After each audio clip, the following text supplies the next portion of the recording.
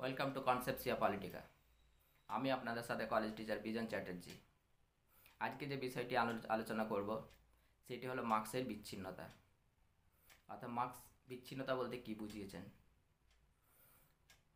মার্ক্সের বিচ্ছিন্নতা সম্পর্কে আলোচনা করতে গেলে যে তিনটি বিষয় অবধারিতভাবেই চলে আসে, যেগুলি দ্বারা মার্ক্সের এই বিচ্ছিন্নতা তত্ত্ব প্রভাবিত হয়েছিল বা বিচ্ছিন্নতা দর্শন প্রভাবিত হয়েছিল, সেগুলি হচ্ছে শিল্প বিপ্লবোত্তর ইউরোপে রোমান্টিক আন্দোলন এবং হেগেল ও ফয়েরবাখের বিচ্ছিন্নতা সম্পর্কে দর্শন। পর্যায়ক্রমে এই আলোচনাগুলোতে আসব। তার আগে বলি যে বিচ্ছিন্নতা বলতে অ্যাকচুয়ালি আমরা কি বুঝি। এই দুই বন্ধুর মধ্যে ঝগড়া হলো বা দুই বন্ধু গোষ্ঠীর মধ্যে ঝগড়া হলো, ঝামেলা হলো, মারামারি হলো, তারপর একে অপরের থেকে বিচ্ছিন্ন হয়ে গেল, যোগাযোগ বিচ্ছিন্ন হলো, এটা কিন্তু বিচ্ছিন্নতা নয়। বা স্বামী স্ত্রীর মধ্যে বিবাহ বিচ্ছেদ হলো, একে অপরের থেকে বিচ্ছিন্ন হয়ে গেল, এই বিচ্ছিন্নতার কথাও এখানে বলা হচ্ছে না। বা কোনো রাজনৈতিক নেতা বা নেতৃবৃন্দ একটা রাজনৈতিক দলের সংস্পর্শ ত্যাগ করে অন্য একটা দলে বা অন্য একটা জায়গায় যোগ দিল বা নতুন দল গঠন করলো, অর্থাৎ পূর্বের দল থেকে বিচ্ছিন্ন হয়ে গেল। এখানে কিন্তু এই বিচ্ছিন্নতার কথাও বলা হচ্ছে না। এখানে যে বিচ্ছিন্নতার কথা বলা হচ্ছে সেটা ব্যক্তির নিজের থেকে বিচ্ছিন্ন হয়ে যাওয়া। সেটা কিভাবে হয়, কেন হয়, এটাই আলোচনা করব। অর্থাৎ নিজের যে ব্যক্তি সত্তা, ব্যক্তির মধ্যে যে ব্যক্তি সত্তা আছে, সেই সত্তা থেকে নিজেকে বিচ্ছিন্ন করে নেওয়া, নিজে বিচ্ছিন্ন হয়ে যায়। কতগুলো উদাহরণ দিই, তাহলে বুঝতে সুবিধা হবে বিচ্ছিন্নতা সম্পর্কে কি বলতে চাওয়া হচ্ছে অ্যাকচুয়ালি। সাধারণ আমরা দেখতে পাই, চারিপাশে লক্ষ্য করলে এটা দেখা যায়, আপনারাও দেখবেন যে কোনো একজন ব্যক্তি খুব হাসি খুশি মিশুকে আমোদে ছিলেন। সে বন্ধু বান্ধবদের সাথে, পাড়া প্রতিবেশীর সাথে, পরিবারের সাথে, সকলের সাথে খুব ভালোভাবে হেসে খেলে দিন কাটাতেন, খুব ভালোভাবে মিশতেন, সবেতেই থাকতেন। হঠাৎ দেখা গেল সেই ব্যক্তির মধ্যে একটা পরিবর্তন হলো। সেই পরিবর্তনটা কী, সে আস্তে আস্তে আস্তে আস্তে কী হচ্ছে না, এই যে তার যে ব্যক্তি সত্তা ছিল হাসি খুশি বা মিশুকে বা আমোদে প্রকৃতির, সেখান থেকে কেমন যেন সে আস্তে আস্তে চুপচাপ হয়ে যাচ্ছে। অর্থাৎ আস্তে আস্তে সরে যাচ্ছে নিজের ব্যক্তি সত্তা থেকে। তারপর দেখা গেল যে কোনো কিছু আলোচনা, কোনো কিছু অনুষ্ঠান সে আছে কিন্তু থেকেও নেই, যেন অন্য চিন্তায় মগ্ন আছে। তারপর আস্তে আস্তে দেখা গেল সে কি হচ্ছে না, ওই বন্ধু বান্ধব গোষ্ঠী বা পাড়া প্রতিবেশীর সাথে আর সেভাবে মিশছেই না, সে নিজেকে একা করে নিচ্ছে আস্তে আস্তে। অর্থাৎ পরিবেশ থেকে সে আস্তে আস্তে নিজেকে বিচ্ছিন্ন করে নির্জন একা করে নিচ্ছে। অর্থাৎ কি হলো না, আমরা যেটা দেখছি যে তার যে এই একটা হাসি খুশি আমোদে যে ব্যক্তিসত্তা, সেই ব্যক্তিসত্তা থেকে সে দূরে সরে গেল, অর্থাৎ নিজেকে বিচ্ছিন্ন করে নিল, বিচ্ছিন্ন হয়ে গেল, এটা বিচ্ছিন্নতা। বা ধরুন কোনো একটা ফ্যামিলিতে এটাও লক্ষ্য করা যায়, একজন ব্যক্তি তার পরিবারের সাথে, তার ছেলে মেয়ের সাথে খুব ভালোভাবে হাসিতে খুশিতে দিন কাটাচ্ছিল। হঠাৎ দেখা গেল সেই ব্যক্তি কেমন যেন বদলে যাচ্ছে। অর্থাৎ পরিবারের যে যাই বলুক, ছেলে মেয়ে যাই বলুক বা তার ওয়াইফই যাই বা বলুক না কেন, সবাইতে সে বিরক্তি প্রকাশ করছে, মেজাজ হারাচ্ছে, কোনো কিছুই তার ভাল লাগছে না, সব কিছু বিরক্তিকর। অর্থাৎ ওই মানুষটা কেমন যেন অচেনা মানুষ হয়ে যাচ্ছে পরিবারের কাছে। আবার ওই ব্যক্তির কাছেও পরিবার যেন কেমন যেন অচেনা হয়ে যাচ্ছে। অর্থাৎ সেই আগের মতো সে কিন্তু আর সেই বন্ধুসুলভ, সেই স্নেহপ্রবণ, সেই জায়গাটাতে সে কিন্তু আর নেই। অর্থাৎ কী হচ্ছে না, এই যে বন্ধুসুলভ স্নেহপ্রবণ একটা তার ব্যক্তিসত্তা, সেই ব্যক্তিসত্তা থেকে সে বিচ্ছিন্ন হয়ে যাচ্ছে। অর্থাৎ সব কিছুতেই তার কেমন যেন বিরক্তি মনে হচ্ছে, বিরক্তি বোধ করছে। তাহলে এর কারণটা কি? এগুলো তো আমরা সবাই লক্ষ্য করি সাধারণ জীবনে। তাহলে এর কারণটা কি? এর বিভিন্ন কারণ হতে পারে। প্রথমত হচ্ছে ধর্মীয় কারণ হতে পারে। অর্থাৎ ধর্মীয় কারণ কি না, কেউ যদি আধ্যাত্মিকতায় নিমগ্ন হয়ে যায়, অর্থাৎ সে ঈশ্বর প্রাপ্তির আশায় বা ঈশ্বর প্রাপ্তির জন্য সে যদি সমস্ত কিছু থেকে বিচ্ছিন্ন হয়ে শুধু ঈশ্বর চিন্তা করে, তাহলে তার ক্ষেত্রে এরকম বিচ্ছিন্নতা আসতে পারে। যেমন রামকৃষ্ণ পরমহংসদেব সব কিছুর মধ্যে তিনি ভবতারিণীকে দেখছিলেন। মা ভবতারিণী, মাকে খুঁজে বেড়াচ্ছেন সবেতেই। মাটিতে কাদাতে গড়াগড়ি খাচ্ছেন, জঙ্গলে বসে শুধু মা মা করে ধ্যান করছেন, মাকে খুঁজে বেড়াচ্ছেন। অর্থাৎ সব কিছু থেকে বিচ্ছিন্ন হয়ে তিনি শুধু ঈশ্বর লাভের আশায় বা ঈশ্বর দর্শনের আশায় মগ্ন। এটা হতে পারে। এর কারণ রাজনৈতিক হতে পারে। রাজনৈতিক কারণটা কীরকম? না, রাজনৈতিক কারণ, রাষ্ট্রের কাছে আমাদের অনেক আশা থাকে। একটা উদাহরণ ধরুন, এর যে আরজিকর কাণ্ড। আরজিকর কাণ্ডে কী হলো? একটা ঘটনা ঘটার পর থেকে পুরো সমস্ত পরিবেশ একটা উত্তাল হয়ে গেল। আরজিকরের বিচার চাই, এরকম নৃশংসতা, এরকম অমানবিক একটা আচরণ সহ্য করা যায় না। তাহলে রাষ্ট্রের কাছ থেকে একটা সদর্থক ভূমিকা সবাই আশা করে। কিন্তু রাষ্ট্র যদি সদর্থক ভূমিকা না নেয়, তখন কি হয় না, রাষ্ট্রের বিরুদ্ধে একটা নৈরাশ্য জন্মে, একটা উদাস ভাব জন্মে। এবং আস্তে আস্তে দেখা যায় যে এই ধরুন বিভিন্ন দুর্নীতি বা আরও অনেক ক্ষেত্রে যে ঘটনাগুলো ঘটে, সেগুলো ক্ষেত্রে রাষ্ট্র যদি কোনো সদর্থক ভূমিকা না নেয়, তখন রাষ্ট্রের প্রতি মানুষের একটা উদাস মনোভাব আসে রাষ্ট্রের প্রতি। সুতরাং রাষ্ট্রের যে কাজ কারবার যা করছে করুক, এইরকম একটা কী হয় না, নৈরাশ্যের সৃষ্টি হয়। অর্থাৎ রাষ্ট্রের কাজ কারবার থেকে সে বিচ্ছিন্ন হয়ে যায়, একটা বিচ্ছিন্নতার জন্ম হয়। দ্বিতীয়ত কী হতে পারে? দার্শনিক হতে পারে এর কারণ। দার্শনিক কী না, দার্শনিক কারণটা হচ্ছে ধরুন কোনো একজন কবি বা কোনো একজন সাহিত্যিক, সে দর্শন চিন্তায় মগ্ন, অর্থাৎ সে তার সৃষ্টিশীলতায় মগ্ন। সে কীভাবে লিখবে, কী করবে, কীভাবে সমাজে গঠনাত্মক একটা জিনিস হবে, ভালো হবে, সবার সেটাকে তুলে ধরার চেষ্টা করেন। অর্থাৎ একটা ক্রিয়েটিভিটি, সবসময় ক্রিয়েটিভিটি, অর্থাৎ একটা সৃজনশীলতাকে নিয়ে তিনি ব্যস্ত আছেন সবসময়। তাহলে তখন কি হয় না, তার চারিপাশ থেকে সব কিছু বিচ্ছিন্ন মনে হয়ে যায়, সে নিজেকে একদম একা করে নেয় এবং তার দর্শন চিন্তাতেই মগ্ন হয়ে যান। সুতরাং কী হচ্ছে না, এটা হচ্ছে বিচ্ছিন্নতা। অর্থাৎ তার ব্যক্তিসত্তা থেকে সে বিচ্ছিন্ন হচ্ছে, পরিবেশ থেকে বিচ্ছিন্ন হয়ে যাচ্ছে, সে নিজে একা থাকতে বেশি পছন্দ করছে, অর্থাৎ দার্শনিক চিন্তাতেই সে নিমগ্ন। আবার কি হতে পারে বিচ্ছিন্নতার কারণ? মতাদর্শগত হতে পারে।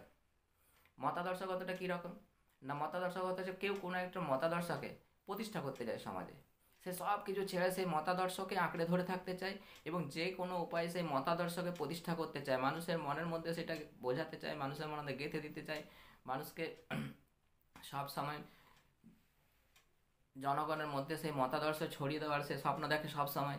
অর্থাৎ সেই ইয়েতে সে কাজ করে যায়। তখন তার চারিপাশে অন্যান্য সব কিছু থেকে সে কী থাকে না, নিষ্ক্রিয় থাকে এবং সে ওই একটা লক্ষ্যে, একটা উদ্দেশ্যে কিন্তু কি না নিজেকে সঁপে দেয়। অর্থাৎ কি না, এটাও সে অন্যান্য পারিপার্শ্বিক থেকে সে বিচ্ছিন্ন হয়ে যাচ্ছে। এটা এক ধরনের বিচ্ছিন্নতার এটাও কারণ হতে পারে। বা বিচ্ছিন্নতার আরও কিছু কারণ থাকতে পারে, যেমন প্রেম ঘটিত হতে পারে, পুরুষের নারী ঘটিত বা নারীর পুরুষ ঘটিত হতে পারে, বা নিজের স্বাস্থ্য সম্পর্কিত বা পরিবারের কোনো মানুষের স্বাস্থ্যের ব্যাপারে বিশাল চিন্তায় নিমগ্ন থাকলে এই বিচ্ছিন্নতাগুলো আসতে পারে। তখন তার মধ্যে একটা উদাসীন্য ভাব আসতে পারে, নৈরাশ্য ভাব আসতে পারে। কিন্তু যদি দেখা যায় বলিয়ে যে এই যে মানুষ আস্তে আস্তে নিজেকে সরিয়ে নেয়, আস্তে আস্তে চুপচাপ হয়ে যাচ্ছে, সে নির্জনতা বেশি পছন্দ করছে, এর পিছনের কারণটা যদি দেখা যায়, তাহলে এই যে কারণগুলো বললাম, এগুলো হয়তো 10,000-এ যদি আমরা দেখি, তাহলে 10,000-এ একজনের মধ্যে এই কারণটা খুঁজে পাওয়া যাবে। যেমন আমি বললাম ধর্মীয় ক্ষেত্রে রামকৃষ্ণ পরমহংসদেব বা মীরা, বা ধরুন আরও যে আধ্যাত্মিক অনেক গুরু আছেন, বা ওয়েস্টার্ন আমরা যদি দেখি Saint Xavier's, Saint Michael, Saint Peter's, এরা, তাহলে এরকম কিছু মানুষ আছেন। তাহলে কিন্তু বেশিরভাগ ক্ষেত্রে, অর্থাৎ 10,999 জনের ক্ষেত্রে যদি আমরা দেখি, তাহলে দেখব এর মূল কারণটা কিন্তু অর্থনৈতিক। কেন, অন্যান্য সব বিষয়গুলো ঠিক আছে, এই অর্থনৈতিক বিষয়গুলো ছাড়া ধর্মীয় বলুন, রাজনৈতিক বলুন, দার্শনিক বলুন, মতাদর্শগত বলুন, বা পারিবারিক কিছু বা ব্যক্তিগত কিছু ব্যাপার বলুন, সেইগুলো কি হয় না, সেইগুলো মানুষের মানসিকতার সঙ্গেই যুক্ত, অর্থাৎ এগুলো অন্তরের বিষয়। কিন্তু অর্থনৈতিক বিচ্ছিন্নতা এমন একটা বিষয় যেটা কি করে না শুধু মানসিকতার সাথে যুক্ত নয়, এটা মানুষের বাস্তব ব্যবহারিক জীবনের সঙ্গে যুক্ত, অর্থাৎ দৈনন্দিন কাজকর্মের সঙ্গে এটা যুক্ত।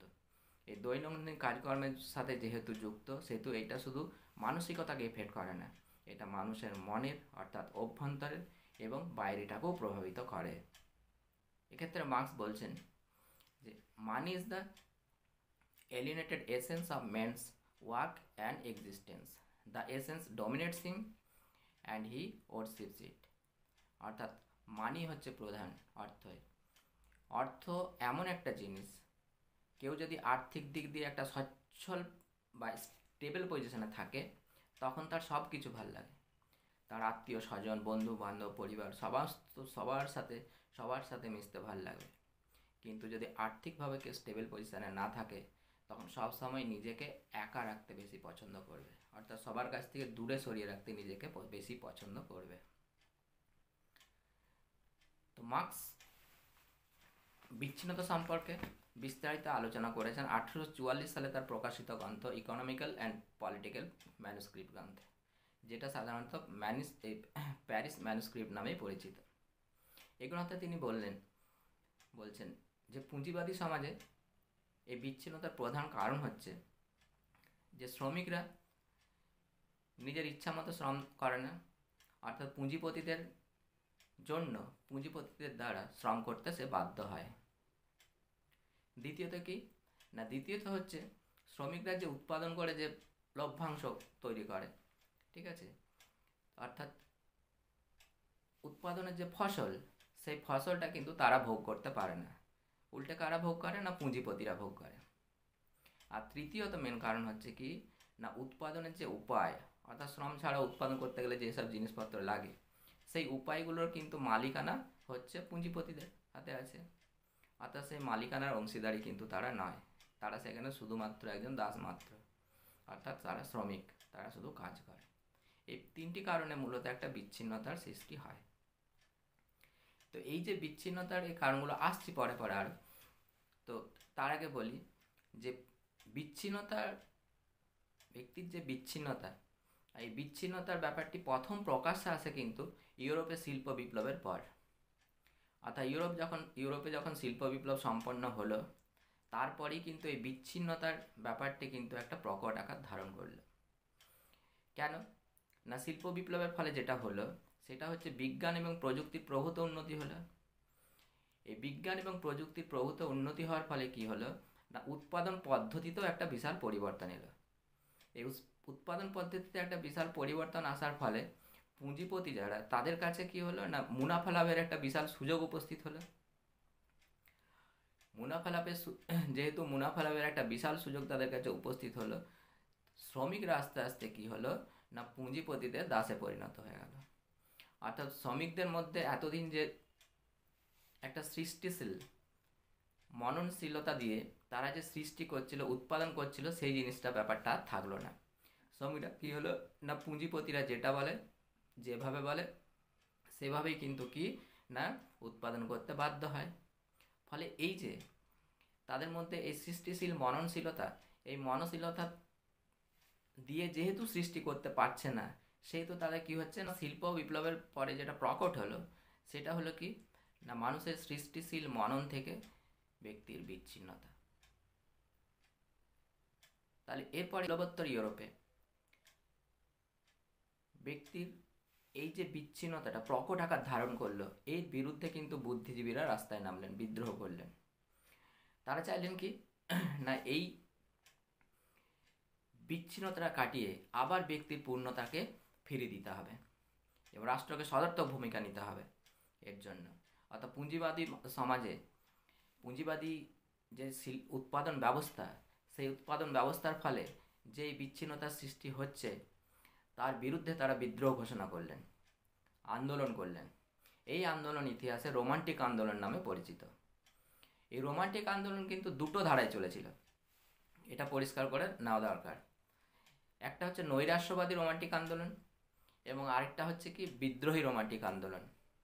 নৈরাশ্যবাদী রোমান্টিক আন্দোলন যার পুরোধায় ছিলেন কে না রুশো।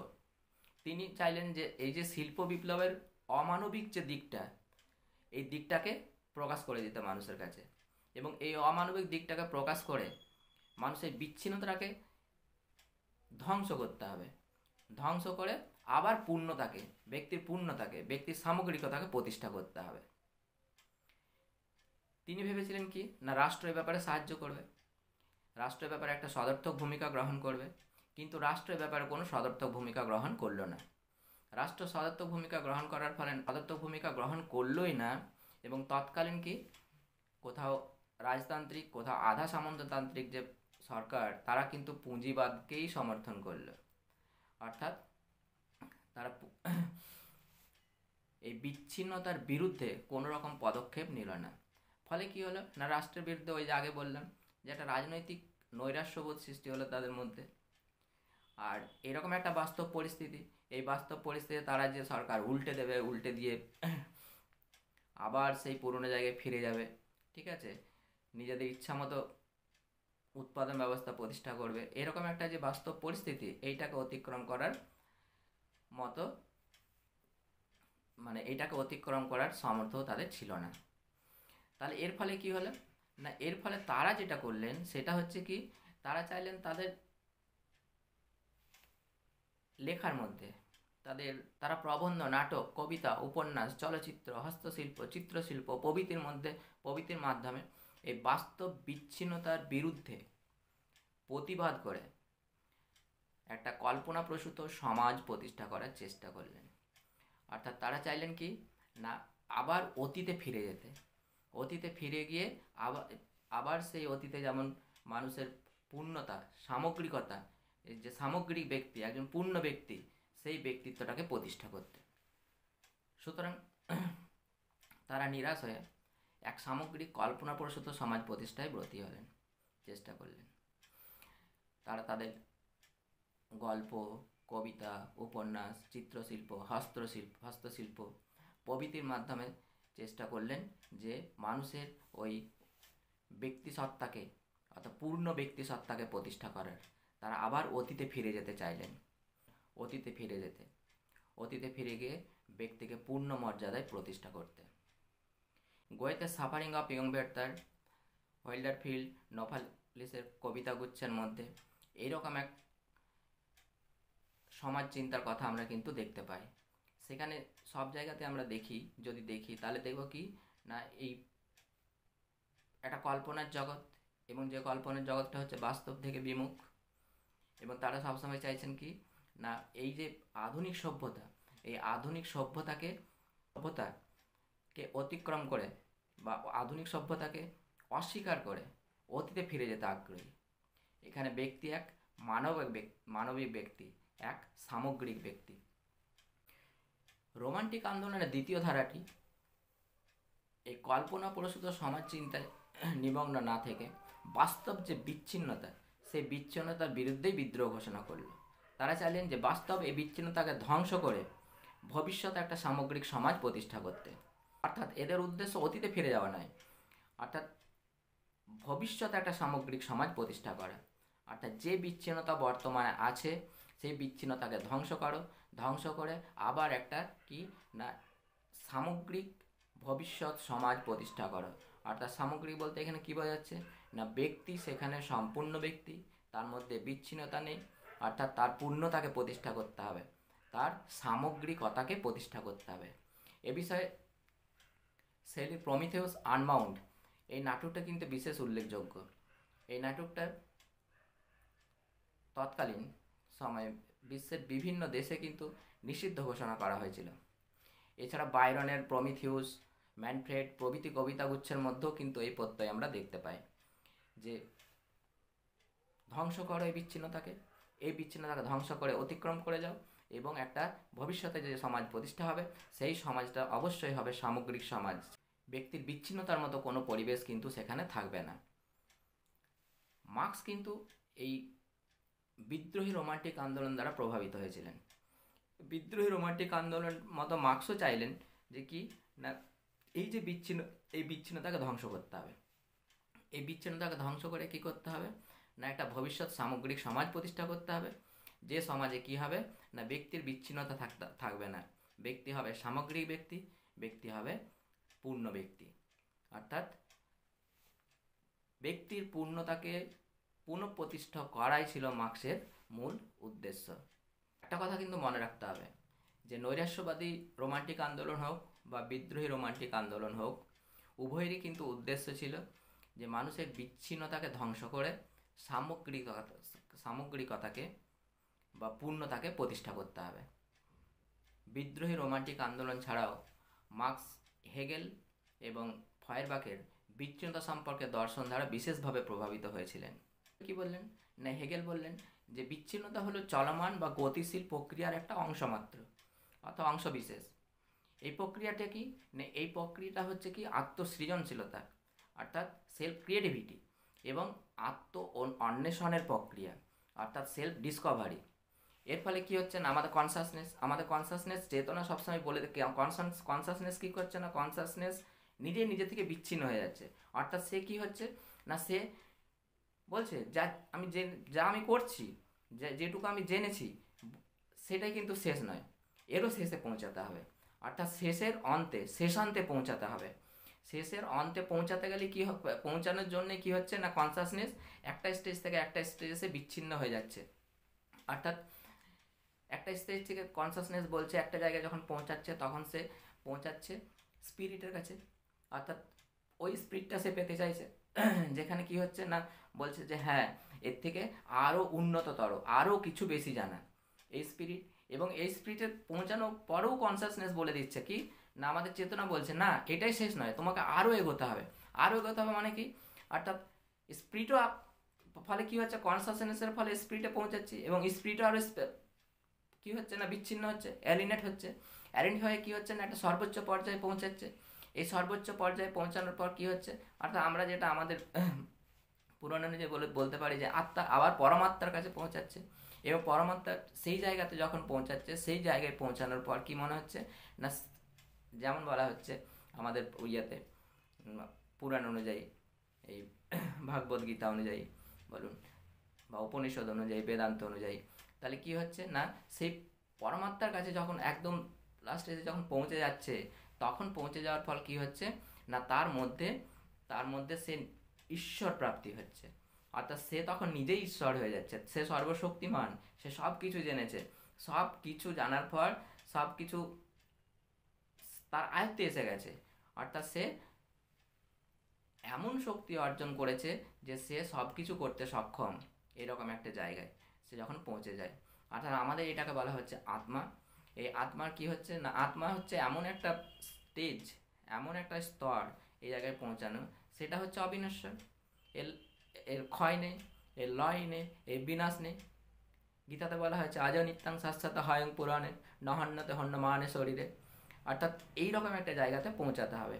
হেগেল বলছেন যে এই স্পিরিটেরও কি হচ্ছে না, স্পিরিটও বিচ্ছিন্ন হয়ে একটা পরম জায়গাতে পৌঁছাচ্ছে, অর্থাৎ সেই ঈশ্বরের জায়গাতে পৌঁছে যাচ্ছে। হেগেল এটাকে বলছেন এই যে পৌঁছানো, অর্থাৎ আমাদের যে কনসাসনেস, এই কনসাসনেসের পরিপ্রেক্ষিতে যে স্পিরিটের যে বিচ্ছিন্নতা, এই বিচ্ছিন্নতার ফলে কি হচ্ছে, কোথায় এর পূর্ণতা পাবে, অর্থাৎ এর পূর্ণতা কোথায় আসছে না, পূর্ণতা আসছে কোথায় না, যখন সে অ্যাবসোলুট নলেজ, অর্থাৎ চরম জ্ঞান যখন সে অর্জন করছে। এই চরম জ্ঞানটা অর্জন করার জন্যেই কিন্তু কি হচ্ছে না, স্পিরিট, কনসাসনেসের পরিপ্রেক্ষিতে স্পিরিট আমাদের চেতনা বলে দিচ্ছে যে স্পিরিট ওই জায়গায় পৌঁছাও, এবং স্পিরিট কি হচ্ছে না, একটা জায়গা থেকে অন্য জায়গায়, একটা স্তর থেকে একটা স্তরে গিয়ে সেই জায়গাতে পৌঁছাচ্ছে, অর্থাৎ সে পূর্ণ জ্ঞান লাভ করছে। হেগেল বলছেন অ্যাবসোলুট নলেজ। এই অ্যাবসোলুট নলেজ যতক্ষণ না সে জ্ঞান করছে, ততক্ষণ তার এই বিচ্ছিন্ন প্রক্রিয়াটা চলতে থাকবে, অর্থাৎ মানুষের মধ্যে এই বিচ্ছিন্নতাটা থাকবে। যখন সে অ্যাবসোলুট নলেজটা জ্ঞান করবে, তখনই কিন্তু এই বিচ্ছিন্নতার পরিসমাপ্তি হবে। অর্থাৎ যখন সে অ্যাবসোলুট নলেজ, অর্থাৎ চরম জ্ঞান যখন সে লাভ করলো, তখন কি হচ্ছে না, সে নৈতিকতার একটা চরম পর্যায়ে পৌঁছে যাচ্ছে। অর্থাৎ নৈতিকতার চরম পর্যায়ে যখন পৌঁছে যাচ্ছে, তখন কি না, তার মধ্যে আর কোনো ভেদাভেদ থাকছে না, তার মধ্যে লোভ থাকছে না, তার মধ্যে হিংসা থাকছে না, তার মধ্যে দেশ থাকছে না, কে আপন কে পর এটা থাকছে না, সবাই আপন সেখানে। তাহলে এইরকম একটা পর্যায়ে পৌঁছাতে হবে। এই পূর্ণতা, এই যে এইটা হচ্ছে পূর্ণতা, এই জায়গায় যখন পৌঁছে যাবে তখনই বিচ্ছিন্নতার অবসান হবে। হেগেল বলছেন যে এই রকম একটা যখন অ্যাবসোলুট নলেজ, অ্যাবসোলুট অর্থাৎ চরম জ্ঞান যখন লাভ করবে, তখন কিন্তু উৎপাদন ব্যবস্থা, তো আমরা যদি দেখি তাহলে এই যে বৃহত্তর উৎপাদন ব্যবস্থা, যৌথ উৎপাদন ব্যবস্থা, এই উৎপাদন ব্যবস্থাতেও যারা অংশগ্রহণ করছেন তারাও কিন্তু মনে করবে সবাই যে এই উৎপাদন আমাদেরই উৎপাদন। অর্থাৎ এতক্ষণ যেটা মার্ক্সবাদে বলা, মার্ক্স যেটা বললেন যে উৎপাদন উপায়ের মালিক হচ্ছে পুঁজিপতি শ্রেণী, ঠিক আছে, আর শ্রমিকরা মনে করছে আমরা দাস মাত্র, শুধুমাত্র। হেগেল বলছেন না, বলছে এই যে উৎপাদন ব্যবস্থা, এই উৎপাদন ব্যবস্থা তখন সবাই মনে করবে যে আমরা এর অংশীদার, অর্থাৎ এই উৎপাদন ব্যবস্থা আমাদের সবাই, এই উৎপাদন ব্যবস্থা সবাই অংশীদার হয়, এইরকম একটা মেন্টালিটি, মানসিকতা যখন তৈরি হবে, অর্থাৎ তখনই কিন্তু কি হবে না, আর বিচ্ছিন্নতা আসবে না। অর্থাৎ তার মনের মধ্যে কোনো উদাস বা উদাসীন্য ভাব বা নিরাশ ভাব, নৈরাশ্য ভাব আসবে না। কেন, এই যে বৃহৎ একটা যৌথ উৎপাদন ব্যবস্থা, এই উৎপাদন ব্যবস্থা সবাই অংশীদার মাত্র। তাহলে কি হবে, তবেই বিচ্ছিন্নতার অবসান হবে। আর যদি মানুষ এইটা থেকে বিচ্যুত হয়ে যায়, অর্থাৎ সে ওই অ্যাবসোলুট নলেজ, অ্যাবসোলুট জ্ঞানটা যদি অর্জন করতে না পারে, তাহলে কি করতে হবে, তাহলে বিচ্ছিন্নতা অবশ্যম্ভাবী। সুতরাং বিচ্ছিন্নতার পরিসমাপ্তি হবে মানুষ যদি সবাই এই জ্ঞানটা অর্জন করে, এই অ্যাবসোলুট নলেজটা, এই চরম জ্ঞানটা যদি লাভ করতে পারে যে এই উৎপাদন প্রক্রিয়ায় আমরা সবার সমান, সবার এর অংশীদার, কেউ মালিক নয়, কেউ শ্রমিক নয়, এরকম একটা পরিস্থিতি যদি সৃষ্টি হয়, তাহলে মানুষের মধ্যে আর কিন্তু বিচ্ছিন্ন মনোভাব আসবে না। মার্ক্সের কাছে হেগেলের এই যে বিচ্ছিন্নতা তত্ত্ব, এই বিচ্ছিন্নতার বিশেষ তাৎপর্য ছিল এখানে যে হেগেল বিচ্ছিন্নতার নিরসন করেছেন, অর্থাৎ বিচ্ছিন্নতাকে অতিক্রম করে যে সামগ্রিকতায়, পূর্ণতায় যাওয়া যায়, পূর্ণতায় পৌঁছানো যায়, এইটা কিন্তু হেগেল পরিষ্কার করেছেন। কিন্তু হেগেলের এই ভাববাদী বা আধ্যাত্মিক তত্ত্ব বা এই মানসিকতা, মানসিক যে চিন্তা, এই চিন্তাটাকে সে কিন্তু গ্রহণ করতে পারেননি। কেন পারেননি না, আগেই বললাম যে মানুষকে, সবাইকে ভাবতে হবে যে আমরা সবাই আপন, সবাই নিজের, সবাই এরকম একটা পরিস্থিতিতে মানুষ পৌঁছে যাবে যেখানে কেউ পর নেই, কারোর মধ্যে লোভ নেই, হিংসা নেই, ঠিক আছে, সবাই নৈতিকতার একদম চরম পর্যায়ে পৌঁছে গেছে। কিন্তু পুঁজিবাদী রাষ্ট্র ব্যবস্থা এটা কিন্তু সম্ভব নয়। এই জন্য Marx the critique of Hegelian dialectic and philosophy as a whole প্রবন্ধে বললেন যে বিচ্ছিন্নতা কোনো বিমূর্ত বা অতিপ্রাকৃত ঘটনা নয়, আর বিচ্ছিন্নতার কারণ স্পিরিট বা কনসাসনেসের এই গতিশীলতাও নয়। এর কারণ অনুসন্ধান করতে হবে আমাদের এই বস্তু জগতেই, এই বস্তু জগতের মধ্যেই নিহিত আছে বিচ্ছিন্নতার কারণ। তার কারণ যে কোনো অতীন্দ্রিয় স্পিরিট নয়, বিচ্ছিন্নতার কারণ যে এই বস্তুর মধ্যেই নিহিত আছে, এইটি কিন্তু প্রথম প্রকাশ্যে আনলেন ফয়েরবাখ, লুডভিগ ফয়েরবাখ।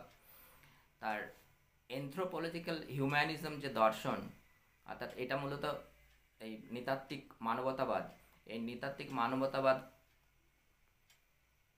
প্রধানত হচ্ছে কি না, প্রধানত এটা হেগেলের যে বিচ্ছিন্নতার বা আধ্যাত্মিকতার পরিপ্রেক্ষিতে বিচ্ছিন্নতার যে বিশ্লেষণ, সেই বিশ্লেষণের সমালোচনা করেই তিনি এই নৃতাত্ত্বিক হিউম্যানিজমের দর্শন উপস্থাপন করেছিলেন। তিনি বলছেন কি না, এই যে পরিবেশ, এই পরিবেশ থেকে মানুষ যখন বিচ্ছিন্ন হয়ে যায়, তখন সে কি হয় না, একটা অজানা সর্বশক্তিমান একটা শক্তির খোঁজে মানুষ আত্মসমর্পণ করে, শক্তির কাছে মানুষ আত্মসমর্পণ করে। এই শক্তির কাছে এই শক্তি কি না, এই শক্তি হচ্ছে ঈশ্বর। তখনই মানুষ ঈশ্বরের কাছে আত্মসমর্পণ করে। তিনি বললেন যে ঈশ্বর জাতীয় কোনো অতি প্রাকৃত শক্তি এই ব্যক্তিসত্তাকে নিয়ন্ত্রণ করে না। ব্যক্তিসত্তা, ঈশ্বরের সৃষ্টি হয় মানুষের নৈরাশ্যবোধ থেকে। মানুষ যখন পরিবেশ থেকে বিচ্ছিন্ন হয়ে যায়, অর্থাৎ পরিবেশ থেকে যখন সে বিচ্ছিন্ন হয়ে যাচ্ছে নৈরাশ্যজনিত কারণে, এই নৈরাশ্যজনিত কারণে যখন বিচ্ছিন্ন হচ্ছে, তখন কি না, তখন সে একটা অতি প্রাকৃত শক্তি বা ঈশ্বরের শরণাপন্ন হয়, অর্থাৎ ভগবানই সব ঠিক করে দিতে পারবে। অর্থাৎ এই যে বিচ্ছিন্নতা, মানুষের যে নৈরাশ্য, এই নৈরাশ্য থেকে মুক্তি দিতে পারবে ঈশ্বরই হচ্ছে সর্বশক্তিমান। অর্থাৎ তখন মানুষ ঈশ্বরের শরণাপন্ন হচ্ছে। তাহলে সহজ কথায় যেটা দাঁড়াচ্ছে, ফয়েরবাকের কথায়, যে ঈশ্বর মানুষ সৃষ্টি করেনি, মানুষই ঈশ্বর সৃষ্টি করেছে। কখন ঈশ্বরের শরণাপন্ন হয়েছে, কখন ঈশ্বরের সৃষ্টি হচ্ছে না, যখন মানুষ এই পরিবেশ থেকে বিচ্ছিন্ন হয়ে যাচ্ছে, পরিবেশ থেকে বিচ্ছিন্ন হয়ে সে আর ভেবে পায় না কেন এরকম হচ্ছে, এই ঘটনাগুলো কেন ঘটছে। তখন কি হয় না, তখন সে এক অতীন্দ্রিয় অতিপ্রাকৃত শক্তির অনুসন্ধান করে। ওই যে প্রথমে একটা পরিবারের উদাহরণ দিয়েছিলাম, যে সেটা যদি মিলিয়ে দেখা যায়, যে একজন ব্যক্তি সবার সাথে বেশ সুন্দর পারিবারিক জীবনযাপন করছিল, হঠাৎ তার মধ্যে এরকম একটা পরিবর্তন দেখা যাচ্ছে, সে সবাইতে রেগে যাচ্ছে, কিটকিটা হয়ে যাচ্ছে, সবাই তার কাছে অচেনা হয়ে যাচ্ছে, তার কাছে সবাই অচেনা হয়ে যাচ্ছে, কেন হচ্ছে। তখন বাড়ির লোক কী করে, বাড়ির লোক তখন ভাবে যে এই গ্রহ দেবতার ভর করেছে। তখন কি না, মন্দিরে দৌড়াও, মসজিদে দাও, শনিবারে শনিবারে গ্রহরাজের পুজো দাও, মঙ্গলবারে মঙ্গলবারে হনুমানের পুজো দাও, ঠিক আছে, বা ঘরে যজ্ঞ শান্তি করাও, অমুক পুরোহিতকে ডাকো, তাহলে কি হবে না, যজ্ঞ শান্তি করলে গৃহে শান্তি ফিরে আসবে। তাহলে এইটাই ফয়েরবাগ বলছেন, যে মানুষ যখন পরিবেশ থেকে বিচ্ছিন্ন হচ্ছে, এই পরিবেশ থেকে বিচ্ছিন্ন হওয়ার ফলেই তখন কি হচ্ছে, সে ঈশ্বরের শরণাপন্ন হচ্ছে। অর্থাৎ মানুষ ঈশ্বরকে সৃষ্টি করছে, ঈশ্বর কিন্তু মানুষকে সৃষ্টি করেনি। ফয়েরবাগ দ্য এসেন্স অফ ক্রিশ্চিয়ানিটি গ্রন্থে ধর্মের ব্যাপক সমালোচনা করেছেন, এবং ধর্ম, রিলিজিয়ন কিভাবে যে ব্যক্তি সত্তাকে দুর্বল করে দেয়, বিনষ্ট করে দেয়, সেটাকে তিনি সবিস্তারে সেখানে কিন্তু আলোচনা করেছেন। মার্কস ফয়েরবাকের এই যে বস্তুগত যে চিন্তাটা, অর্থাৎ ব্যক্তির বিচ্ছিন্নতার প্রধান কারণ হচ্ছে বস্তুগত, কোনো অতিপ্রাকৃত ঘটনা নয়, বা এর কারণ আধ্যাত্মিকতা নয়, বা ভাব বা চেতনা বা স্পিরিটের যে বিচ্ছিন্নতার কারণ সেটাও নয়, এর মূল কারণ হচ্ছে বস্তুগত। এইটাকে উন্মোচন করে দেওয়ার জন্য মার্কস কিন্তু ফয়েরবাগের কাছে ঋণী। কিন্তু মার্কস থিসিস অন ফয়েরবাগ এবং জার্মান আইডিওলজি গ্রন্থগুলিতে এই ফয়েরবাগের যে দুর্বলতাগুলো, সেই দুর্বলতাগুলো সম্পর্কে ব্যাপক আলোচনা করেছেন এবং সমালোচনাও করেছেন। প্রথমত কি, ফয়েরবাগ বললেন যে কি বলছেন, যে পরিবেশ থেকে মানুষ যখন বিচ্ছিন্ন হয়ে যাচ্ছে তখন সে ঈশ্বরের শরণাপন্ন হচ্ছে। কিন্তু এই পরিবেশ থেকে মানুষ বিচ্ছিন্ন হচ্ছে কেন, এর প্রধান কারণটা কি, এর কিন্তু কোনো ঐতিহাসিক কারণ অনুসন্ধান ফয়েরবাগ করেননি। দ্বিতীয়ত ফয়েরবাগ বললেন যে ঈশ্বর জাতীয় কোনো অতিপ্রাকৃত শক্তির শরণাপন্ন না হয়ে ব্যক্তি যদি আবার পরিবেশেই ফিরে আসে, অর্থাৎ পরিবেশের সাথে সে যদি একাত্ম হতে পারে, তবেই কিন্তু এই বিচ্ছিন্নতার অবসান ঘটবে। কিন্তু প্রশ্ন, যে এই পরিবেশে সে ফিরে আসবেটা কি করে, পরিবেশের সাথে একাত্মটা হবে কিভাবে, কি করে হবে, এরও কিন্তু কোনো কারণ নির্দেশ বা উপায় নির্দেশ কিন্তু ফয়েরবাগ করেনি। তৃতীয়ত সবচেয়ে গুরুত্বপূর্ণ সেটি হচ্ছে, ফয়েরবাগ যে ব্যক্তি নিয়ে আলোচনা করেছেন সেটি শুধু একজন ব্যক্তি মাত্র। কিন্তু ব্যক্তিকে বিচ্ছিন্নতার কারণ অনুসন্ধান করতে গেলে, বিশেষ করে মার্কস বলছেন যে বিচ্ছিন্নতার কারণ অনুসন্ধান করতে গেলে ব্যক্তিকে নিছক একজন ব্যক্তি হিসাবে কল্পনা করলে হবে না, বা ব্যক্তি হিসাবে ধরে নিলে হবে না। ব্যক্তিকে একজন এই যে ঐতিহাসিকভাবে নির্দিষ্ট সামাজিক যে প্রক্রিয়া, সেই সমাজ ব্যবস্থার একজন সদস্য হিসাবেই ধরতে হবে। এবং ঐতিহাসিক নির্দিষ্ট সমাজ ব্যবস্থায় যে উৎপাদন ব্যবস্থা, এই উৎপাদন ব্যবস্থার একজন সদস্য হিসাবেই তাকে ধরতে হবে। তা না হলে কিন্তু বিচ্ছিন্নতার আসল কারণ আমরা অনুসন্ধান করতে পারবো না। এরপর মার্কস প্যারিস ম্যানুস্ক্রিপ্ট গ্রন্থে বিচ্ছিন্নতার কারণ অনুসন্ধান করলেন, এবং কারণ অনুসন্ধান করে তিনি বললেন যে পুঁজিবাদী সমাজে শ্রমিকরা নিজেদেরকে স্বাধীন বলে ভাবেই না। কেন, এখানে তারা যে শ্রমদান করছেন তা বাধ্যতামূলক শ্রমদান, পুঁজিপতিদের জন্য শ্রমদান করে যে লভ্যাংশ বা উৎপাদনের যে ফসল তা তারা ভোগ করতে পারছেন না। দ্বিতীয়ত উৎপাদনের উপায়ের মালিকও তারা নন। ফলে কি হচ্ছে, তারা একটা পরাধীন জীবনযাপন করছে। এবং এখানে কতগুলো ক্ষেত্রে, যেমন তার খাওয়া, তার পড়া, তার হাসি কান্না, তার সন্তান প্রজনন বা থাকা, এই কতগুলো ক্ষেত্রে সে শুধু স্বাধীনতা ভোগ করে, বাকি অন্য ক্ষেত্রে সমস্ত কিছু ক্ষেত্রে কোনো স্বাধীনতা সে ভোগ করে না। অর্থাৎ যেগুলো অ্যানিম্যাল ফাংশনস, অ্যানিম্যাল, মার্কস বলছেন অ্যানিম্যাল ফাংশন, সেই অ্যানিম্যাল ফাংশনসগুলোর ক্ষেত্রে সে স্বাধীন। আর কি, যেগুলো হিউম্যান ফাংশনস অ্যাকচুয়ালি মানুষ হিসাবে যেগুলো পাওয়া উচিত সেইগুলোর ক্ষেত্রে সে কিন্তু সম্পূর্ণভাবে পরাধীন।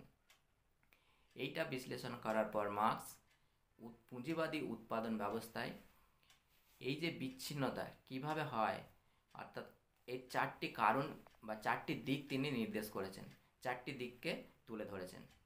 প্রথমত কি না, প্রথমত হচ্ছে যে উৎপাদন প্রক্রিয়া থেকে শ্রমিকের বিচ্ছিন্নতা। অর্থাৎ উৎপাদন বলতে আমরা কি বুঝি না, উৎপাদন বলতে সাধারণত বুঝি যে প্রাকৃতিক যে সম্পদ, অর্থাৎ প্রকৃতিতে কি না, একজন মানুষ, একজন ব্যক্তি তার শ্রম নিয়োগ করে যেটা সৃষ্টি করে সেটাই হচ্ছে উৎপাদন। তাহলে এই যে উৎপাদন ক্ষেত্রে আমরা তাহলে কি দেখছি না, প্রকৃতির সাথে মানুষের একটা সুন্দর সম্পর্ক থাকে। অর্থাৎ মানুষ প্রকৃতি থেকে কোন জিনিসটা সংগ্রহ করবে এবং সেক্ষেত্রে থেকে কী সৃষ্টি করবে সেই সম্পর্কে সে সম্পূর্ণ স্বাধীন থাকে, অবহিত থাকে। তার কর্মক্ষমতা কতটা, সে কোন জিনিসটা তৈরি করতে পারবে সে সম্পর্কে সে সম্পূর্ণ অবহিত। কিন্তু পুঁজিবাদী সমাজের যে উৎপাদন ব্যবস্থা, সেই উৎপাদন ব্যবস্থায় কি হয় না, এই প্রকৃতির সাথে এতদিন যে শ্রমিকের যে সম্পর্কটা ছিল সেই ধরনের কোনো আর সম্পর্ক কিন্তু থাকছে না। অর্থাৎ প্রকৃতির সাথে যে সচেতনতা, এই সচেতনতাও আর কিন্তু তার থাকছে না। সে তো পুরোপুরি পরাধীন। তার সৃষ্টিশীল মনন দিয়ে এতদিন যে সৃষ্টি প্রক্রিয়া অর্থাৎ চালাচ্ছিল, অর্থাৎ কোনো বস্তু সৃষ্টি করছিল, সেইটিও কিন্তু সে আর পারছে না।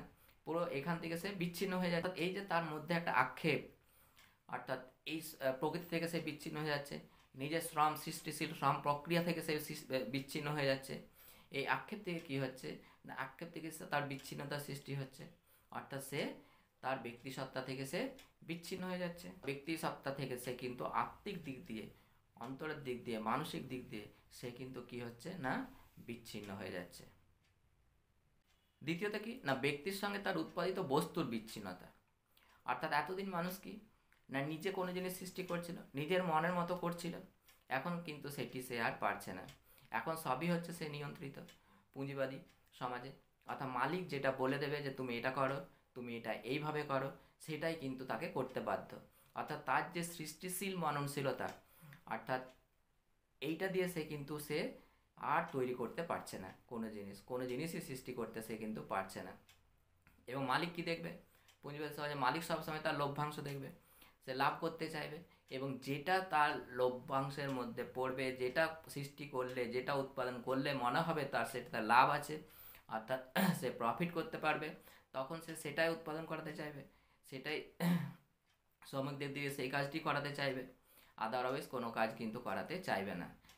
যেমন একজন কবি বা একজন সাহিত্যিক কি উপন্যাস লিখবে, তার এটা নিজস্ব ব্যাপার।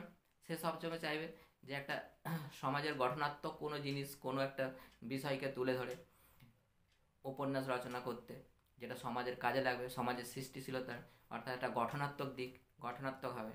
কিন্তু কি হচ্ছে না, পুঁজিবাদী সমাজে এইটা বিবেচ্য নয়। কোনটা বিবেচ্য? লভ্যাংশ। অর্থাৎ বাজারে কোনটা বিক্রি হবে, কোনটা বাজারজাত হবে, সেই সবে তুমি লিখো, তোমাকে সেইভাবে লিখতে হবে, সেটাই লিখতে হবে। অর্থাৎ সাহিত্যিক, কবি আর সে নিজের মতো, নিজের মন দিয়ে লিখতে পারছে না, তাকে তার নির্দেশ মতো, অর্থাৎ মালিকের নির্দেশ মতো প্রকাশক যেমন বলে দেবেন তিনি সেইভাবেই লিখবেন, সেটাই লিখতে হবে, তবেই তার বই ছাপা হবে, তবেই সেটা বাজারজাত করা হবে। আদারওয়াইজ কী হবে না, তার বই ছাপা হবে না। তাহলে কি হলো না, সাহিত্যিক বা কবি তাদেরকে অনেকটা বাধ্য হয়ে কি হচ্ছে না, তাদের এই ব্যক্তিসত্তা থেকে বিচ্ছিন্ন হতে হচ্ছে। এবং এইটা তার মনকষ্টের বিষয়। এই মনকষ্টের ফলে কি হচ্ছে না, তার মধ্যে একটা বিচ্ছিন্নতার সৃষ্টি হচ্ছে। অর্থাৎ সে যে সৃষ্টি করছে সেটা কি সত্যি তার, এটাই তাকে একদিন ভাবাবে। একজন চলচ্চিত্র নির্মাতা, সে তো চাইবে যে তার নিজের মতো, তার নিজের আইডিয়া, তার নিজের বুদ্ধি দিয়ে সৃষ্টিশীল কোনো একটা চলচ্চিত্র তৈরি করতে। কিন্তু কি হচ্ছে না, পুঁজিবাদী সমাজে প্রডিউসার বলছে না, তুমি এইভাবে বানাতে হবে, তোমাকে এই আর্টিস্ট নিতে হবে, তোমাকে এই গানটা ঢোকাতে হবে, তোমাকে এই নাচটা ঢোকাতে হবে, তোমাকে ফাইটিং ঢোকাতে হবে, হিংসতা ঢোকাতে হবে, তাহলে এইগুলোই বাজারজাত হবে। কেন? সস্তা, মানুষ এইগুলো বেশি নেবে, ঠিক আছে। জ্ঞানের কথা কজন শুনতে চায়? খুব কম মানুষই শুনতে চায়। সস্তা যেগুলো মানুষকে এন্টারটেনমেন্ট দেয় সেইগুলো মানুষ সহজেই অ্যাকসেপ্ট করে নেয়, সুতরাং এইগুলো বাজারে বেশি চলবে। আমার আমার চাই লভ্যাংশ। সমাজ কি হলো না হলো, এই গঠনাত্মক সমাজের গঠনাত্মক দিক দিয়ে আমার কোনো চিন্তা নেই। তাহলে উৎপাদনের ক্ষেত্রেও একজন চিত্রশিল্পী যখন কোনো একটা কিছু আঁকছেন বা কোনো একটা শিল্পী যখন হাতে কোনো কিছু একটা তৈরি করছেন, সেটাকেও তাকে বাজারজাতই করতে হচ্ছে মালিকের নির্দেশ অনুযায়ী, অর্থাৎ বাজারে বিক্রি হতে হবে। কোনটা করলে বাজারে বিক্রি হবে সেইটা আগে ভাবতে হচ্ছে। ঠিক আছে, বাজারে বিক্রি না হলে কি হবে না, বাজারে বিক্রি না হলে আর তা মালিক চাইবে না সেটা উৎপাদন করতে, সৃষ্টি করতে। তাহলে এইভাবে কি হচ্ছে না, এই সৃষ্টিশীল যে মননশীলতা একটা, ঠিক আছে, অর্থাৎ তার নিজের মতো করে একটা তৈরি করা, তার চিন্তা ভাবনা অনুযায়ী কোনো একটা গড়ে তোলা, সেইটা কিন্তু আর হচ্ছে না। তাহলে না হওয়ার ফলে কি হচ্ছে, এই না হওয়ার ফলে আস্তে আস্তে দেখা যাচ্ছে যে যিনি স্রষ্টা, ঠিক আছে, সেই স্রষ্টার কাছে তিনি যেটা সৃষ্টি করেছেন সেটাই যদি দেখে সেটাই অচেনা, সেই ভাববে হ্যাঁ এটা আমি লিখেছি। একজন শিল্পী বলবে হ্যাঁ এটা আমি এইটা আমি করেছি, সে নিজেই চিনতে পারবে না, ওই বস্তুটা তার কাছে অচেনা হয়ে যাবে একদিন। আস্তে কি হচ্ছে না, সৃষ্টিকর্তাই তখন কি হচ্ছে না, সৃষ্ট বস্তুর নিয়ন্ত্রণকর্তায় পরিণত হয়ে যাচ্ছে। মার্কস বলছেন যে সৃষ্ট বস্তুই তখন সজীব নিয়ন্ত্রণকর্তা, আর স্রষ্টা কি না, স্রষ্টা হচ্ছে নিয়ন্ত্রিত মৃত। তৃতীয়ত কি না, ব্যক্তির সঙ্গে ব্যক্তির বিচ্ছিন্নতা। অর্থাৎ এতক্ষণ আমরা কি দেখলাম যে উৎপাদন প্রক্রিয়া থেকে ব্যক্তির বিচ্ছিন্নতা বা শ্রমিকের বিচ্ছিন্নতা, এবং উৎপাদিত বস্তু থেকে শ্রমিকের বিচ্ছিন্নতা। এই যে বিচ্ছিন্নতার ফলে কি হচ্ছে না, এই বিচ্ছিন্নতার ফলে এটা উৎপাদন যে প্রক্রিয়া, সেই প্রক্রিয়ায় বা উৎপাদন পদ্ধতিতে, সেই পদ্ধতিতে প্রতিফলিত হচ্ছে। এই প্রতিফলন লক্ষ্য করা যাচ্ছে। এইখানে উৎপাদন পদ্ধতিতে মালিককে না, মালিক হচ্ছে পুঁজিপতি শ্রেণী। তাহলে পুঁজিপতি শ্রেণীর মূল বিচ্ছিন্নতার কারণটা কি না, এই পুঁজিপতি শ্রেণী, মালিক শ্রেণী, তাদের ইচ্ছা মতো করতে হচ্ছে, উৎপাদন প্রক্রিয়াটা তারাই চালাচ্ছেন, তারাই নিয়ন্ত্রণ করছেন। এবং শ্রমিককে কী করতে হচ্ছে না, শ্রমিককে তাদের নিজের মতো, তার মতো করে কী করতে হচ্ছে না, তার নিজের মতো করে উৎপাদন করতে হচ্ছে। ফলে কি হচ্ছে না, এই মালিকের সাথে শ্রমিকের একটা বিচ্ছিন্নতা সৃষ্টি হচ্ছে। তাহলে ব্যক্তির সঙ্গে বিচ্ছিন্নতা শুরুটা হচ্ছে এখান থেকে, এবং এই যে বিচ্ছিন্নতাটা শুরু হচ্ছে এটা কিন্তু আস্তে আস্তে প্রভাব পড়ছে পরিবেশে অন্যান্য মানুষের সাথে, অর্থাৎ আস্তে আস্তে সে অন্য মানুষের সাথে বিচ্ছিন্ন হয়ে যাচ্ছে, এবং শেষে কি হচ্ছে না, পুরো সমাজ থেকে সে বিচ্ছিন্ন হয়ে যাচ্ছে। অর্থাৎ ব্যক্তির সঙ্গে ব্যক্তির যে বিচ্ছিন্নতা সেটা কিন্তু উৎপাদন পদ্ধতি বা উৎপাদন প্রক্রিয়াতেই শুরু হয়। এবং উৎপাদন প্রক্রিয়া শুরু হচ্ছে কখন না, প্রথমেই উৎপাদন পদ্ধতিটা পুরো নিয়ন্ত্রণ করছে মালিক, এবং উৎপাদিত কি হবে বস্তুটা সেটাও পুরো নির্ধারণ করছে, নির্দেশ করে দিচ্ছে, নির্দিষ্ট করে দিচ্ছে মালিক।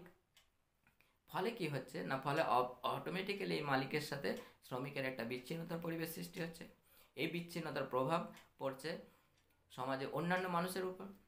আস্তে আস্তে অন্যান্য মানুষের থেকে সে বিচ্ছিন্ন হয়ে যাচ্ছে, এবং অন্যান্য মানুষের সাথে বিচ্ছিন্ন হয়ে যাওয়া মানে আস্তে আস্তে সে সমাজ থেকে বিচ্ছিন্ন হয়ে যাচ্ছে।